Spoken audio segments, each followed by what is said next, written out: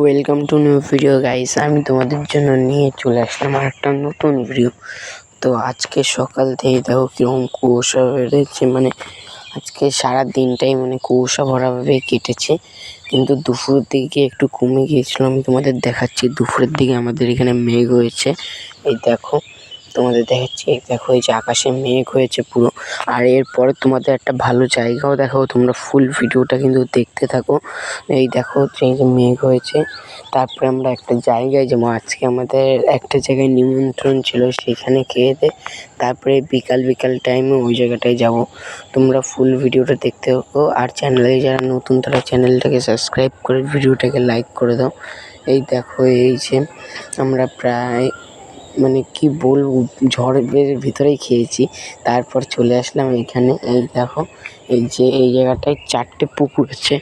4টে পুকুর চারকোনা শেপেই আছে, একটা সাইডে একটা ওরকমের চারকোনা শেপে আছে। এই যে একটা ওর সাইডে একটা, আর ওই সাইডে একটা, আর ওই সাইডে একটা, আর মাঝখান থেকে যে হাঁটার রাস্তা, চারিদিক থেকে হাঁটার রাস্তা। এই দেখো, আর এখানে খেজুর গাছ আর নারকেল গাছগুলোর জন্য জায়গাটা সত্যিই খুব ভালো লাগে।